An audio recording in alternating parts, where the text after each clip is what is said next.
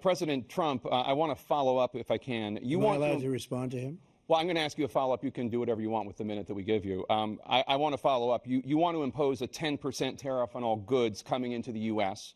How will you ensure that that doesn't drive prices even higher? It's not going to drive them higher. It's just going to cause countries that have been ripping us off for years, like China and many others, in all fairness to China.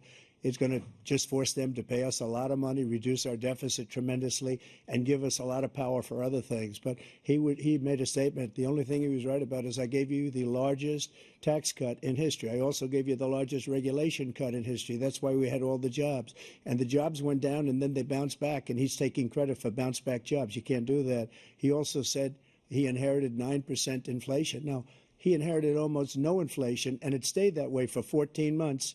And then it blew up under his leadership because they spent money like a bunch of people that didn't know what they were doing, and they don't know what they were doing. It was the worst, probably the worst administration in history. There's never been. And as far as Afghanistan is concerned, I was getting out of Afghanistan, but we were getting out with dignity, with strength, with power. He got out. It was the most embarrassing day in the history of our country's life.